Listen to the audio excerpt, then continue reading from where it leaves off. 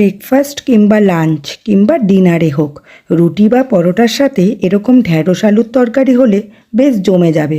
আর এই গরমকালের জন্য ঢ্যাঁড়স তো খুবই সহজপাচ্য খাদ্য, তাই না? তাহলে চলো বন্ধুরা, নতুন বন্ধুদের স্বাগত জানিয়ে আর পুরনো বন্ধুদের পাশে থাকার জন্য অনুরোধ জানিয়ে আমি আমার রান্নাটি শুরু করছি। প্রথমে দেখো বন্ধুরা, দুটো বড় আলু নিয়ে নিয়েছি আর কিছুটা পরিমাণে ভেন্ডি নিয়ে নিয়েছি। এবার আলু আর ভেন্ডিগুলোকে একটু লম্বা লম্বা করে কেটে নিলাম। কেটে ভালো করে জল দিয়ে ধুয়ে রাখা হলো। তো দেখো বন্ধুরা, প্রথমে আমি এই যে আলুর টুকরো যে কেটে ধুয়ে রেখেছিলাম সেগুলোকে আমি নুন দিয়ে একটু সেদ্ধ বসিয়ে দিলাম। আলুগুলোকে একটু নুন দিয়ে হালকা করে আমি একটু সেদ্ধ করে নেব। তো দেখো বন্ধুরা, আলুটা সেদ্ধ হয়ে গেছে। এখন আমি আলুটা থেকে জলটা ঝরিয়ে নেব। গ্যাসটা বন্ধ করে দিলাম, এখন জলটা ঝরিয়ে নেব আগে। তো দেখো বন্ধুরা, এখন আমি কড়াইটা গ্যাসে বসিয়ে দিয়েছি। কড়াইটা একটু গরম হওয়া অবধি ওয়েট করি। তো কড়াই গরম হয়ে গেছে। এখন আমি কড়াইতে অল্প পরিমাণে সর্ষের তেল দিয়ে দিলাম। তোমরা চাইলে কিন্তু সাদা তেলেও রেসিপিটা করতে পারো বন্ধুরা। এরপর আমি ফোড়নে সামান্য একটু গোটা জিরে দিয়ে দিলাম। আর দিয়ে দিলাম দেখো একটা বড় পেঁয়াজ কুচি করে রেখেছিলাম, সেই পেঁয়াজ কুচিটা দিয়ে দিলাম। এরকমভাবে আলু ঢ্যাঁড়সের তরকারি হলে কিন্তু গরম গরম রুটি পরোটার সাথে বা গরম ভাতের সাথেও কিন্তু দুর্দান্ত লাগে বন্ধুরা। রেসিপিটা কিন্তু তোমরা সবাই ফলো করতে থাকো। অনেকে হয়তো ভাবতে পারে যে আলু ঢ্যাঁড়সের তরকারি এটা আবার এমন কি, কিন্তু না, এই রেসিপিটা তোমরা করে দেখো কতটা সুস্বাদু হয়। আর এই রেসিপিটা করার জন্য কিন্তু একটা মেইন ইনগ্রেডিয়েন্ট যেটা লাগবে সেটা কিন্তু দিতে হবে, তাহলে তরকারির স্বাদটা কিন্তু অনেকটা বৃদ্ধি পাবে বন্ধুরা। তা তোমরা দেখতে থাকো। পেঁয়াজটা একটু হালকা করে ভেজে নেব, খুব বেশি লালচে করে কিন্তু ভাজবো না। তো বন্ধুরা, পেঁয়াজটা হালকা করে ভাজা হয়ে গেছে। এমন পর্যায়ে আমি আলুগুলো দেখো হালকা সেদ্ধ করে রেখেছি, খুব বেশি সেদ্ধ করিনি। আলুটা দিয়ে দিলাম। আর আমি ঢ্যাঁড়সটাও দিয়ে দেব, কারণ আলুটা যদি সেদ্ধ না করতে তাহলে আগে আলুটাকে ভালোভাবে একটু ভেজে নিতে হতো সেদ্ধ হওয়ার জন্য। কিন্তু যেহেতু আমি আলুটা একটু হালকা সেদ্ধ করে রেখেছি, তার জন্য আমি এখন ঢ্যাঁড়সটাও দিয়ে দিলাম। এখন আমি এর মধ্যে অ্যাড করছি দেখো পরিমাণ মতন লবণ অ্যাড করব। আর দিয়ে দেব হাফ টেবিল স্পুন হলুদের গুঁড়ো। তো বন্ধুরা, আগে আলু আর ঢ্যাঁড়সটাকে একটু হালকাভাবে আমি ভেজে নিই। একটু নাড়াচাড়া করে হালকাভাবে একটু ভেজে নিতে হবে। আর দেখো এর মধ্যে আমি এখন একটা গোটা টমেটো টুকরো করে দিয়ে দিলাম। টমেটোটাকে দিয়ে দিলাম। আর এই ছোট একটা বাটিতে দেখো আমি একটা মশলার পেস্ট এদিকে তৈরি করে নিচ্ছি। গ্যাসটা কিন্তু আঁচটা আমি কমিয়ে দিয়েছি বন্ধুরা, না হলে ভাজাটা পুড়ে যাবে। তা আগে আমি এই মশলার পেস্টটা আগে তৈরি করে নিই। দেখো আমি একটু আদা পেস্ট করে রেখেছিলাম, তা আমি 2 টেবিল স্পুন আমি আদা বাটা নিয়ে নিলাম। এর মধ্যে আমি নিয়ে নেব দেখো বন্ধুরা হাফ টেবিল স্পুন জিরের গুঁড়ো। আর নেব হাফ টেবিল স্পুন ধনের গুঁড়ো। আর নেব দেখো 1 টেবিল স্পুন কাশ্মীরি মরিচের গুঁড়ো। এর মধ্যে আমি সামান্য একটু জল মিশিয়ে নিচ্ছি। মিশিয়ে একটু মশলার একটা পেস্ট তৈরি করে নিলাম। দেখো বন্ধুরা, একটা মশলার পেস্ট তৈরি করে নিয়েছি। তাহলে কি কি দিলাম? আদা বাটা দিলাম 2 টেবিল চামচ, হাফ টেবিল চামচ জিরের গুঁড়ো, হাফ টেবিল চামচ ধনের গুঁড়ো, আর দিলাম 1 টেবিল চামচ কাশ্মীরি মরিচের গুঁড়ো। মশলার পেস্টটা এদিকে তৈরি করে রাখলাম। এখন দেখো আমি এর মধ্যে 2টো কাঁচা লঙ্কা অ্যাড করে দিচ্ছি। আমি কিন্তু লঙ্কা বাটা দিইনি, আমি কাঁচা লঙ্কা 2টো চিড়ে দিয়ে দিলাম। তা ভাজাটা কিন্তু আমার প্রায় হয়ে এসছে। তো দেখো বন্ধুরা, ভাজাটা হয়ে এসছে। এই পর্যায়ে আমি গ্যাসের আঁচটা কমিয়ে দিয়ে আমি সমস্ত মশলার যে পেস্টটা বানিয়ে রেখেছিলাম সেই পেস্টটাকে দিয়ে দিলাম। বাকিটা ধুয়ে একটু জল দিয়ে দেব। বাটিটা ধুয়ে অল্প করে একটু জল দিয়ে দিলাম। এবার ভালোভাবে মশলাটাকে আমি সবজির সাথে কষিয়ে নেব। আমি এখন এর মধ্যে অ্যাড করছি 1 টেবিল চামচ চিনি।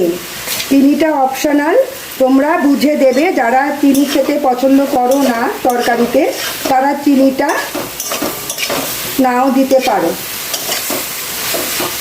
তরকারিটা কিন্তু বেশি ঝোল হবে না, একটু গামাখা গামাখা হবে।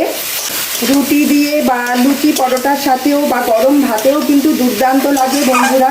দারুণ স্বাদের এরম একটা আলু ঢ্যাঁড়সের রেসিপি থাকলে গরমকালে, এখন তো গরমকাল চলে এসছে, এখন এই ঢ্যাঁড়স, পটল, ঝিঙে এইসবই আমাদের নিত্য সঙ্গী হয়ে যাবে খাবার থালায়, তাই না বলো বন্ধুরা?